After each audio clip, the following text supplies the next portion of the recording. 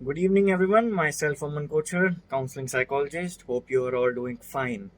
And yesterday, we talked about the topic of intelligence and we started about the theories of intelligence. बहुत सारी नई नई theories के बारे में हमने बात करी थी. कुछ थ्योरीज थी जिनके बारे में हमने पढ़ा था, जैसे कि स्पेयरमैन थ्योरी, यूनिफैक्टर थ्योरी और गिलफर्ड थ्योरी. देन आज हम थोड़ा सा और उस इंटेलिजेंस के टॉपिक को एक्सटेंड करते हुए आगे बढ़ेंगे और जानेंगे कि और क्या क्या नई नई थ्योरीज थी जिनकी मदद से हम इंटेलिजेंस को जान सकते हैं, या इंटेलिजेंस का जो एक साइकोलॉजिकल एट्रीब्यूट था इंटेलिजेंस, तो उसको मेजर करने के लिए और क्या क्या तरीके हैं. सो शुरू करते हैं आज के टॉपिक से. कल जो हमने इंटेलिजेंस के बारे में बात करी थी वो बेसिकली सारी इंटेलिजेंसेस थी ऑन अ सिंगल फैक्टर और टू फैक्टर थ्योरी. उसके बाद थर्स्टन्स की थ्योरी आई थी जहाँ पर मेंटल प्राइमरी ऑपरेशंस थे. एंड उसके बाद आर्थर जेनसन की हमारे पास इंटेलिजेंस थ्योरी थी which was based on the hierarchical model. And after that JP Gilford की हमारे पास इंटेलिजेंस थ्योरी थी जहां पर उन्होंने बात करी थी SOI, structure of intellect model की. आज हम बात करने वाले हैं एक ऐसे साइकोलॉजिस्ट के बारे में जो इनिशियली साइकोलॉजिस्ट नहीं बनना चाहते थे, बट क्योंकि उनका गाइडेंस एक साइकोलॉजिस्ट ने किया और उनकी ट्यूटरिंग एक साइकोलॉजिस्ट ने की, जिनकी मदद से वो बहुत ही वेल नोन साइकोलॉजिस्ट बने जिनका नाम था हॉवर्ड गार्डनर. सो हॉवर्ड गार्डनर की थ्योरी बताने से पहले, इंटेलिजेंस की थ्योरी को एक्सप्लेन करने से पहले उनके बारे में थोड़ा सा जानने की कोशिश करते हैं कि उनका कॉग्निशन की तरफ, एक्सपीरियंसेस की तरफ या ह्यूमन कॉग्निशन की तरफ इंटरेस्ट कैसे डेवलप हुआ. बेसिकली जो साइकोलॉजिस्ट हॉवर्ड गार्डनर थे वो एक लॉयर बनना चाहते थे और लॉयर बनने के लिए उन्होंने हार्वर्ड ज्वाइन किया. और हार्वर्ड के बाद जैसे जैसे वो हार्वर्ड में अपना परस्यू कर रहे थे डिग्री, वहां पर उनको famous psycho analyst Erik Erikson, जिनके बारे में हो सकता है आप में से कुछ ने स्टडी किया हो, रिसर्च किया हो, वो साइको एनालिस्ट थे. और उन्होंने psycho social development, child development के बारे में थ्योरीज डिफाइन करी थी. तो वो उनके ट्यूटर बने थे, वो उनके गाइड बने थे उस समय. उसके चलते उनके पास क्या हुआ कि जब एरिक एरिक्सन ने उनको गाइड करना शुरू किया, गाइडेंस देना शुरू किया, तो उसी के साथ साथ उन्होंने एक हार्वर्ड में एक रिसर्च टीम में पार्टिसिपेशन किया जिसका नाम था project zero. Project zero team के अकॉर्डिंग, जिनके ये को फाउंडर भी थे और फाउंडिंग मेंबर भी रह चुके थे हॉवर्ड गार्डनर, प्रोजेक्ट जीरो में इनका जो स्पेशल एक फोकस था वो इनके पीएचडी में डिसर्टेशन था टुवर्ड्स द चाइल्ड कॉग्निशन और the human cognition. I am sorry, not child cognition, it's basically human cognition. जिसकी वजह से इन्होंने इंटेलिजेंस को अपनाना शुरू किया, कि इंटेलिजेंस के बारे में डिफाइन करना स्टार्ट किया. So let's get started with the topic of intelligence now. It's a much more complicated topic than yesterday what we understood in the lecture. So आज के टॉपिक में अगर हम बात करें कि हॉवर्ड गार्डनर ने इंटेलिजेंस को किस तरीके से डिफाइन करने की कोशिश की. बेसिकली इंटेलिजेंस को मेजर करने के लिए हॉवर्ड गार्डनर का जो अप्रोच था वो उन्होंने डिफाइन किया था हॉवर्ड गार्डनर ने, that it was basically it was a multi entity approach.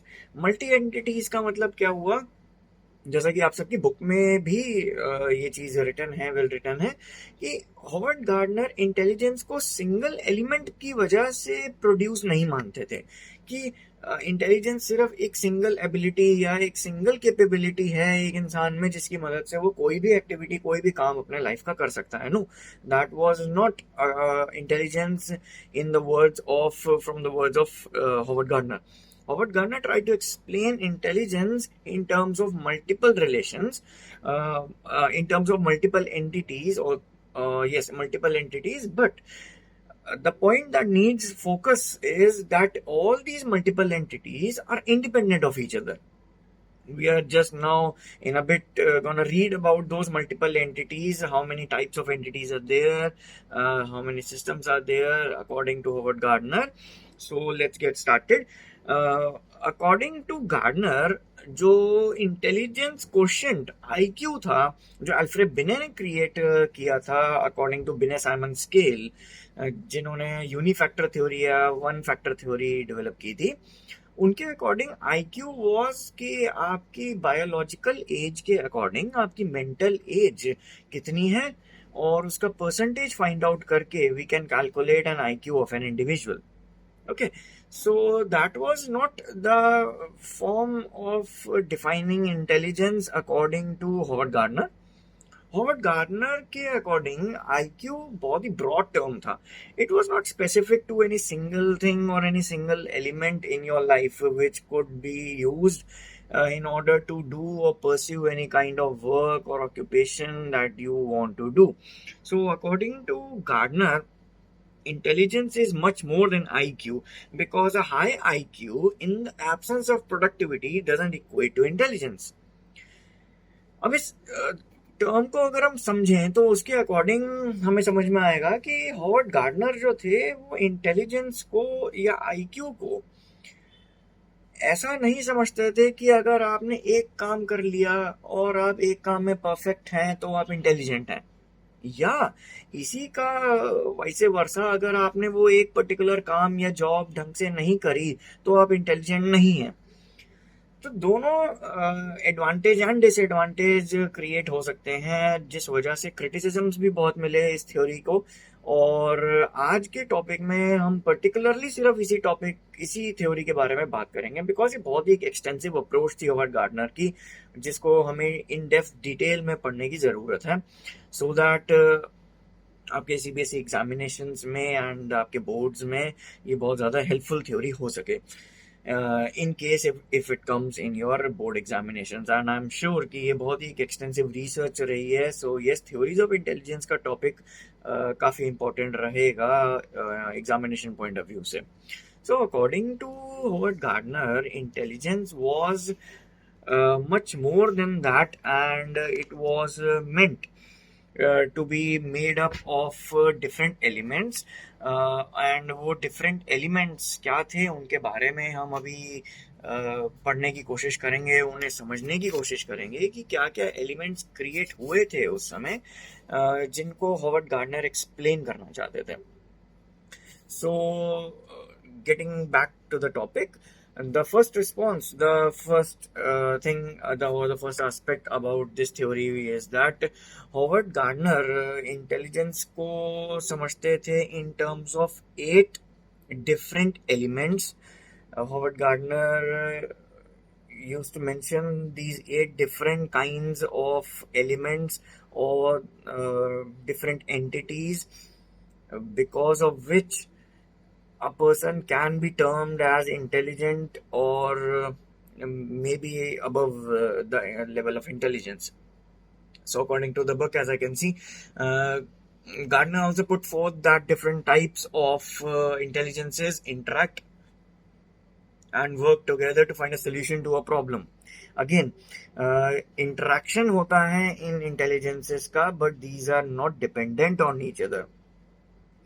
So first of all जो पहली हमारे पास इंटेलिजेंस क्रिएट होती है according to Howard Gardner, that is of the linguistic capability. The linguistic capability is something that tells us about the ability to produce and use the language, कि आप वो language use कर सकते हैं. Linguistics में आप कितने वेल वर्स्ड हैं, आप अपनी लैंग्वेज कितने आसानी से अंडरस्टैंड कॉम्प्रिहेंड कर सकते हैं, किसी और की लैंग्वेज को कितनी फ्लुएंटली आप बोल सकते हैं, आप समझ सकते हैं, अंडरस्टैंड कर सकते हैं कि वो क्या कन्वे करने की कोशिश कर रहे हैं. So basically that was the linguistic aspect of Howard Gardner's intelligence. And Howard Gardner के according ये linguistic capability के लोग इन फ्यूचर इस लिंग्विस्टिक कैपेबिलिटी को अच्छे से स्किलफुली यूज करते हुए, पर्पसफुली रिएक्ट और एक्ट करते हुए पोएट्स बन सकते हैं और राइटर्स बन सकते हैं. सो ये कुछ ऑक्यूपेशंस के एग्जांपल्स आपके बुक्स में भी मेंशन्ड है. ये बुक्स, ये जो एग्जांपल्स हैं, ये basically these are not the examples कि यही वो इंडिविजुअल बनेगा अपनी लाइफ में, but these are basically the links according to which we can assume that one individual can further pursue these kinds of occupations in his or her life. So maybe this linguistic part is clear to you all. So let's move on to the second topic, which is the logical mathematical topic. Now, the thing to focus is that ये जो दो aspects या जो दो elements के हमने बारे में अभी समझा, the linguistic part and the logical mathematical part, the aspect. So these two aspects are basically open to the school level. School level में इन एस्पेक्ट्स का, इन एलिमेंट्स का ज़्यादा एसोसिएशन रहता है. Obviously for obvious reasons. Linguistics में हम different different languages पढ़ने की कोशिश करते हैं अपने स्कूल लाइफ में, and most of the school subjects are in English, or if it's any other language, that is the third language, we can say that either it's Sanskrit or French or Japanese or Korean or any other language, and Hindi as well. सो ये सारी languages को समझना, understand करना, questions को put up कर पाना, questions को समझना एग्जामिनेशन में, तो ये सारी चीज़ें एक लिंग्विस्टिक एस्पेक्ट क्रिएट करती हैं. अब इस लिंग्विस्टिक हैबिट को फॉर्म कैसे किया जाए, या इस लिंग्विस्टिक हैबिट के बारे में इस लिंग्विस्टिक हैबिट को पढ़ा कैसे जाए या इम्प्रूव कैसे किया जाए, सो उस चीज़ के लिए आप डेली प्रैक्टिस कर सकते हैं, डेली हैबिट्स में अपनी ये चीज़ें डेवलप कर सकते हैं, like reading, writing skills improve कर सकते हैं, आइदर आर्टिकल्स, रिसर्च पेपर्स और इवन योर टेक्स्ट बुक्स. आप ये सारी चीज़ें पढ़ के अपना उस लिंग्विस्टिक एस्पेक्ट को इंक्रीज कर सकते हैं.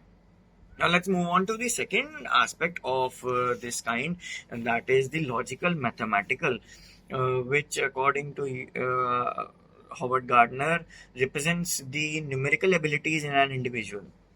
तो वो न्यूमेरिकल एबिलिटीज़ एक इंडिविजुअल में कितनी अच्छी हैं, वो कितनी ईजिली लॉजिकल एप्लीकेशंस के साथ, लॉजिकल रीजनिंग के साथ मैथमेटिक्स के क्वेश्चंस को, मैथमेटिक्स के फॉर्मूलाज को याद कर सकता है, लर्न कर सकता है, अंडरस्टैंड कर सकता है. सो ये सारे एस्पेक्ट्स जो हैं हमें समझाते हैं दैट लॉजिकल मैथमेटिकल इंटेलिजेंस किसी इंडिविजुअल में है. सो यस, वो इंजीनियर्स, डॉक्टर्स, इकोनॉमिस्ट्स और फाइनेंस में जा सकते हैं और बिजनेस में जा सकते हैं. वो अच्छा एक्ट करेंगे अपने फ्यूचर में, अच्छे तरीके से काम कर पाएंगे अगर उनके पास ये मैथमेटिकल इंटेलिजेंस का कंसेप्ट है. तो इस तरीके के लोग बेसिकली जो होते हैं वो प्रोग्रामिंग, कंप्यूटर प्रोग्रामिंग, चेस में बहुत अच्छे माने जाते हैं.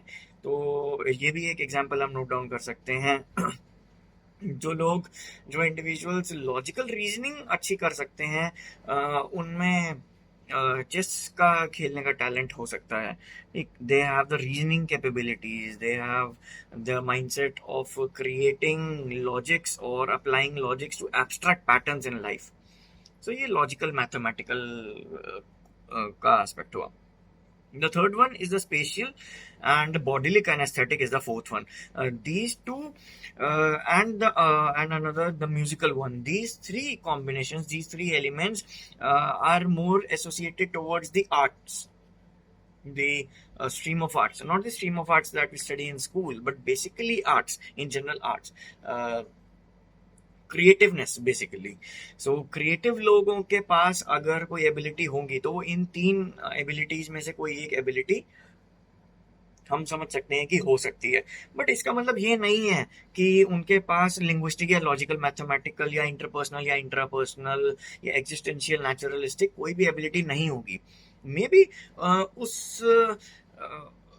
उस एलिमेंट का या उस एंटिटी का उनके पास जो डोमिनेंस है वो ज़्यादा नहीं होगा, बट यस लॉजिकल एबिलिटी होगी, बिकॉज वो इस म्यूजिकल या एक स्पेशियल विजुअल या बॉडीली काइनेस्थेटिक एस्पेक्ट को या इंटेलिजेंस को अप्लाई कर पाएंगे अपनी लाइफ में जब उनके पास लिंग्विस्टिक्स होंगे, इंट्रापर्सनल रिलेशंस उनके अच्छे होंगे, और they are much more free in nature, और दे फील फ्री और they feel happy in nature. So that comprises the naturalistic intelligence part. So ऐसा नहीं है कि सारी इंटेलिजेंसेस में से कोई एक या दो इंटेलिजेंस ही होंगी. हाँ, होंगी वो सारी इंटेलिजेंसेस, बट उनका जो हमारे पास डोमिनेंस है वो ज़्यादा होगा. एंड दूसरी इंटेलिजेंस का डोमिनेंस थोड़ा सा कम होगा, जिस वजह से वो हमें शो नहीं होंगी या उस इंडिविजुअल में वो इजीली शो नहीं होंगी, बट दैट डजंट मीन कि वो इंटेलिजेंस उस इंडिविजुअल में नहीं होंगी। ओके, सो ये doubt I guess most of the students को आ सकता था, सो ये मैंने क्लियर करने की कोशिश करी। The next one is the musical intelligence. Musical, it basically involves, as I can see in the book, an ability to produce and manipulate the musical rhythms and patterns. It is the capacity to produce, create and manipulate musical patterns.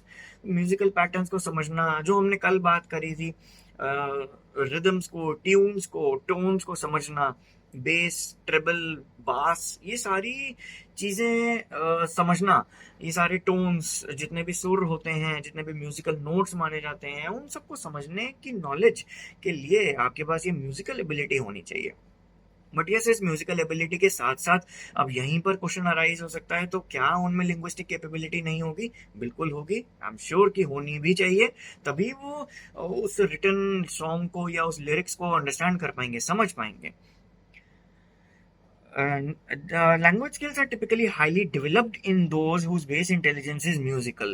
Again, जो बात लिखी हुई है books में वो यही कि linguistic capability developed हो सकती है, ज़्यादा हो सकती है, बट ये डोमिनेंस जो होगा वो म्यूजिकल कैरेक्टरिस्टिक्स का या एंटिटी का हो सकता है उस इंडिविजुअल में। दीज कैन बी डीजेज और सिंगर्स और राइटर्स और composers. These are the different kinds of professions, because school counselors or psychologists need to evaluate the job aspects of individuals. School counselling में ये पार्ट बहुत ज़्यादा इंपॉर्टेंट आता है, जहाँ पर आपको करियर गाइडेंस करना होता है, करियर काउंसलिंग करना होता है। पेरेंट्स डाउट्स में होते हैं, पेरेंट्स के मन में बहुत कंफ्यूजन होता है इस चीज़ को लेके कि हम अपने इंडिविजुअल, अपने बच्चे को आगे फ्यूचर में क्या कोर्स करवाना चाहिए, क्या स्ट्रीम करवानी चाहिए। सो वहाँ पर जब उनके पास क्वेश्चन आता है कि आप अपने बच्चे से पूछिए कि आप में क्या इंटरेस्ट है, तो वहाँ पर एक टीचर, एक नॉर्मल टीचर किसी भी सब्जेक्ट का, वो कहेगा कि आपके बच्चे में किस चीज़ का इंटरेस्ट है वो आप पूछिए। बच्चा कह सकता है कि मुझे कुकिंग में इंटरेस्ट है, बच्चा कह सकता है कि मुझे सिंगिंग में, डांसिंग में इंटरेस्ट है, तो डांसिंग के लिए ये बॉडीली कैनेस्थेटिक इंटेलिजेंस उसकी डेवलप हुई होगी। या अगर वो सिंगिंग करना चाहता है तो ये म्यूजिकल एंड लिंग्विस्टिक इंटेलिजेंस उस इंडिविजुअल में हाई होगा, उसका लेवल हाई होगा। वहीं पर अगर हम कहें कि उसको पायलट बनना है, एस्ट्रोनॉट बनना है, so yes we can say that उनका logical mathematical intelligence plus the spatial visual intelligence जो है वो थोड़ा रेट हाई होगा, उसका डोमिनेंस ज़्यादा होगा उनके ब्रेन में, उनके माइंड में। So yes, these are the factors which can help in the career counseling or career guidance of school going children who are in 11th and 12th, who are basically confused what to pursue in future. Okay, so yeah, let's come back again to the topic. And the fourth one is the bodily kinesthetic intelligence, which tells us about the ability to use the mental capabilities according to the body movements. Basically जो हम कहते हैं mental abilities का coordination hand eye movement के साथ होना चाहिए। These are basically athletes, players, karate players, taekwondo players, or they can have, as I can see in the book, they are dancers, they are gymnasts, athletes, sports persons. So these are the different kinds of professions which can be pursued if anyone is getting interested, or they know that they are having a slight track going towards the bodily kinesthetic intelligence aspect of life. So these are the this shows us that the body flexibility and the movements of the hand-eye movements or the coordination, is it well versed or not. If someone is running a 100-meter race, if someone is doing a 100-meter sprint on a track, so there are the sensory sensations, there are the sensory movements which needs to be perceived as the whistle is blown. Then according to the whistle, the sprinter has to run. So that connects the bodily kinesthetic aspect of the intelligence. So next one is the interpersonal and intrapersonal. These two intelligences or types of intelligences, according to Gardner, are the association in personal intelligences. Personal intelligences in the sense that these individuals are very much versed uh, in communicating with others, or in communicating with other people, or analysing their own self, खुद के बारे में अच्छे से जान पाना, दूसरों की फीलिंग्स को अच्छे से समझ पाना, जैसे कि काउंसलर, साइकोलॉजिस्ट, टीचर्स करने की कोशिश कर सकते हैं। तो ये सारी फीलिंग्स, ये सारा बिहेवियर्स और ये सारे एस्पेक्ट्स अगर एक इंसान में डेवलप्ड हैं अपनी लाइफ से, वो जान पा रहा है कि हाँ मैं दूसरों की बातों को अंडरस्टैंड कर सकता हूँ, या अगर वो ये नहीं जान पा रहा कि मैं दूसरों की बातों को अंडरस्टैंड कर सकता हूँ, तो लोग उसे बताते हैं कि हमें आपके साथ रह के या बात करके अच्छा लगता है, बिकॉज आप सुनते हो, you have a lot of patience in your self, and आप दूसरों की बातों को सुनने की कोशिश करते हो, you are not short tempered, और let's not say short tempered, but yes basically जो लोग सुन पाते हैं दूसरों की बातें, वो बेसिकली पेशेंट होते हैं, वो काम होते हैं नेचर में। सो उनमें ये दो डेवलपमेंट्स ब्रेन के इंटेलिजेंसेस के अकॉर्डिंग हो सकती हैं, interpersonal and intrapersonal. Now if I talk about the first one, which is the interpersonal relation, that is communicating or trying to communicate with each other, the other individuals, and ability to understand and to subtle aspects of other behaviors, दूसरों के behaviors के बारे में समझ पाना, दूसरों के actions, दूसरों की body language को समझ पाना। सो वो सारा कैपेबिलिटी एक इंटरपर्सनल कैपेबिलिटी या इंटरपर्सनल इंटेलिजेंस के नाम से हम समझ सकते हैं।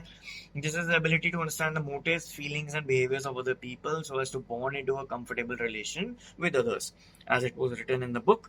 एंड यस, दूसरों के बिहेवियर्स, एक्शंस, फीलिंग्स, इमोशंस को समझ पाना, these are very broad terms and these terms have very deep meaning according to psychology। कोई layman term में आपको feelings या emotions के बारे में कह सकता है कि आप दुखी हैं तो आपका you are feeling low। आजकल टैगिंग बहुत ज़्यादा एक साइकोलॉजी में टर्म है, टैगिंग। हम किसी को भी कह देते हैं कि कोई 2-3 दिन से परेशान है इंडिविजुअल, सो कोई और उसका इन्फॉर्मेंट या कोई और उसका नेबर या फ्रेंड आएगा बात करने, सो वो कहेगा कि सर देखिए ये ना डिप्रेस्ड है, 3-4 दिनों से बहुत ज़्यादा डिप्रेस्ड है। दैट इज़ नॉट डिप्रेशन, ठीक। तो डिप्रेशन के लिए हमारे पास साइकोलॉजिकल टर्म्स होती हैं, टर्मिनोलॉजीज होती हैं, थेरेप्यूटिक इंटरवेंशंस होती हैं, डेफिनेशंस होती हैं, बेसिक स्ट्रक्चर डिप्रेशन का। या I was just taking an example कि डिप्रेशन को कितना इजीली लोग टैग कर देते हैं, या एंजाइटी, पैनिक अटैक, स्ट्रेस को कितना जल्दी लोग अटैक करना शुरू कर देते हैं। So that is not a good habit to look out for. We should instead to look out for these two particular types of intelligences, the interpersonal and the intrapersonal. I personally, being a counselor and a psychologist, try to focus myself to develop these two kinds of intelligences, which Howard Gardner mentioned in his 8 types of intelligences, the interpersonal and intrapersonal. इन दो intelligences को improve करने से basically होगा क्या कि अगर आप interpersonal relations अपने अच्छे कर पा रहे हैं, सो इट मीन्स कि आप दूसरों की फीलिंग्स को समझ पा रहे हैं। एंड इंडियन साइकोलॉजी में गौतम बुद्ध की अगर हम बात करें, तो गौतम बुद्ध के according he said that the life is full of suffering and unhappiness. So उनका ये कहना कुछ लेवल तक, कुछ हद तक सही भी है, that life is suffering, life is full of suffering and unhappiness, but that is not the life. Okay, so that is not the life. Don't लोग, इंडिविजुअल्स लोग होते हैं अलग कि वो इस चीज का मीनिंग ही समझ लेते हैं कि लाइफ ही दुखी है, लाइफ ही अनहैप्पीनेस से भरी हुई है। No, that is not what Gautam Buddha meant और tried to define the meaning of life. He told that life जो है वो आपके इंटरपर्सनल रिलेशन से डेवलप की जा सकती है, जहाँ पर आप को पेन हो सकता है किसी के नेचर से, किसी के बिहेवियर या इमोशन या फीलिंग, बैड फीलिंग के अकॉर्डिंग, या किसी के बैड बिहेवियर के या गलत बिहेवियर के अकॉर्डिंग, अनएक्सपेक्टेड बिहेवियर के according. Yes, you can feel pain, but according to him the suffering part which comes after the pain is optional in a human's life. So एक human being की life में pain is inevitable, pain जो है वो ख़त्म नहीं होगा, but yes the suffering which is after the pain वो ऑप्शनल है। उसको ऑप्शनल इन द सेंस कि उस पेन से होने वाला सफरिंग या उस पेन से होने वाला दर्द वो एक ह्यूमन कितना कंट्रोल कर सकता है अपने आप में। That is what intrapersonal intelligence is all about. Intrapersonal is knowing your own feelings, trying to manage your own feelings in terms of adverse situations. So this is what intrapersonal denotes, and an ability to understand of one's own feelings, motives and desires. Same concept जो हम दूसरे लोगों के लिए समझने की कोशिश करेंगे, वही सेम कंसेप्ट अगर इंडिविजुअल्स या लोग अपने बारे में समझने की कोशिश करें, so yes they can pursue a field of psychology, or they can pursue the field of being counseling or clinical psychologist in the near future. But again, as Howard Gardner mentioned, that according to any one or two intelligence, we are not any enough sufficient to describe what an individual can be in future. But yes, these are the abilities which have a bit of dominance in that individual. तो ये difference, एक slight hairline difference समझने की जरूरत है कि dominance किस intelligence का है उस ह्यूमन में। तो वो उसे एनालाइज करना पड़ेगा, वो उसे जानना पड़ेगा। अगर एक बच्चे को जो कि 11th-12th में है, लॉजिकल रीजनिंग लगा सकता है, लॉजिक्स अप्लाई कर सकता है, क्रॉस क्वेश्चनिंग कर सकता है, देन यस अगर उसको डर लगता है मैथमेटिकल इक्वेशन से, मैथ से, नंबर से उसको फियर है, then we can say that logical mathematical intelligence is not a dominant trait in himself, in him or her. But अगर वहीं पर वो ह्यूमन बीइंग पोएम्स लिख सकता है, या शायरी लिख सकता है, या नोट्स बना सकता है अपने बारे में, अच्छे नोट्स बना सकता है चैप्टर के बारे में, then yes we can say that linguistic capability is on a higher side, is on higher note in him or her. And similarly किसी स्टूडेंट में अगर स्पोर्ट्स कैपेबिलिटीज है, सब्जेक्ट्स में हो सकता है वो वीक हो, या सब्जेक्ट्स में उतना वेल टॉट ना हो, बट वो स्पोर्ट्स अच्छे से को करिकुलर एक्टिविटीज में परफॉर्म करता है, पार्टिसिपेशन करता है स्कूल में, एंड स्कूल का अच्छा रिजल्ट लेके आता है, then yes we can say that उनमें बॉडीली कैनेस्थेटिक जो एबिलिटी है, इंटेलिजेंस का पार्ट, वो ज़्यादा एक हायर नोट पे है। आई होप दैट अभी तक आपको ये सारे टॉपिक्स क्लियर होंगे। Now let's move on to the last, and not last basically, but I'll tell you the reason afterwards that why this type of intelligence is not the last type of intelligence according to Howard Gardner. This type of intelligence, as the name says, it is naturalistic, or it is basically related to nature, और any one individual जो थोड़ा सा ज़्यादा inclined है या उसका attraction है towards nature और एस्थेटिक्स, जगहों को देख के उसके बॉडी में सेंसेशंस अच्छी और गुड हार्मोन्स जो है वो जनरेट होते हैं, एंड वो अच्छा फील करता है या वो खुश रहता है अपनी लाइफ में। तो दीज आर दी एस्पेक्ट्स कि जिनकी मदद से हमें क्यू मिल सकता है, हिंट मिल सकता है दैट यस नेचुरलिस्टिक कैपेबिलिटी है उस इंडिविजुअल में। सो नेचुरलिस्टिक कैपेबिलिटी के लिए हमारे पास वो इंडिविजुअल्स जो हैं वो फोटोग्राफर्स, सिनेमाटोग्राफर्स और फार्मर्स, टूरिस्ट, हंटर्स, या फॉरेस्ट गार्ड्स जो वैकेंसीज होती हैं, जॉब्स होती हैं फॉरेस्ट गार्ड्स की, तो वो yes they can pursue these kinds of occupations और jobs in future. The last one is the spatial, or an ability to form visual images and patterns. It refers to the abilities involved in forming, using और transforming mental images. Imagination कितना अच्छा है उस इंसान का कि वो मन में एक एग्जाम्पल या एक सिचुएशन सोचने की कोशिश करता है, या जो सिचुएशन साइकोलॉजिकली एक्सप्लेन की गई है। 11th में एक एक्सपेरिमेंट था बहुत ही फेमस एक्सपेरिमेंट क्लासिकल कंडीशनिंग का, द डॉग सलाइवा एक्सपेरिमेंट है ना, तो वो एक्सपेरिमेंट पैवलोव का जो था, तो उनके अकॉर्डिंग वो अगर एक इंडिविजुअल टॉपिक पढ़ाया जा रहा है, वो एक अकेले टॉपिक पढ़ाया जा रहा है और कुछ बच्चे उस चीज़ को इमेजिन कर पा रहे हैं दैट हाँ डॉग के नेक के अंदर जो सलाइवरी ग्लैंड था वहाँ पर एक ट्यूब इंसर्ट की गई थी, ऑपरेट की गई थी, जिनकी मदद से फूड जैसे ही आता था so saliva would automatically start to generate. So वो अगर उस चीज़ को इमेजिन कर पाता है, या स्कल्पचर्स या इंटीरियर डेकोरेटर्स ऐसे लोग होते हैं जो स्कल्पटिंग कर पाते हैं कि हमें किस शेप में मोल्ड करना है, पॉटरी एक ऑक्यूपेशन बहुत अच्छी बन सकती है। हैंडमेड प्रोडक्ट्स, हैंडी क्राफ्ट्स की जो समझ होनी चाहिए वो स्पेशल एबिलिटी के लोगों में हो सकती है।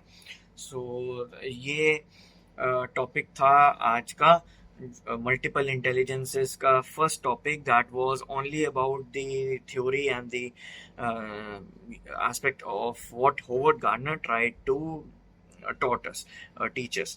So I hope कि आप सबको ये टॉपिक समझ में आया होगा। अगर कोई डाउट्स होंगे तो वो क्लियर हो गए होंगे, और अगर अभी भी कोई डाउट परसिस कर रहा है then you are very much free to mention those doubts in the comment section of my video.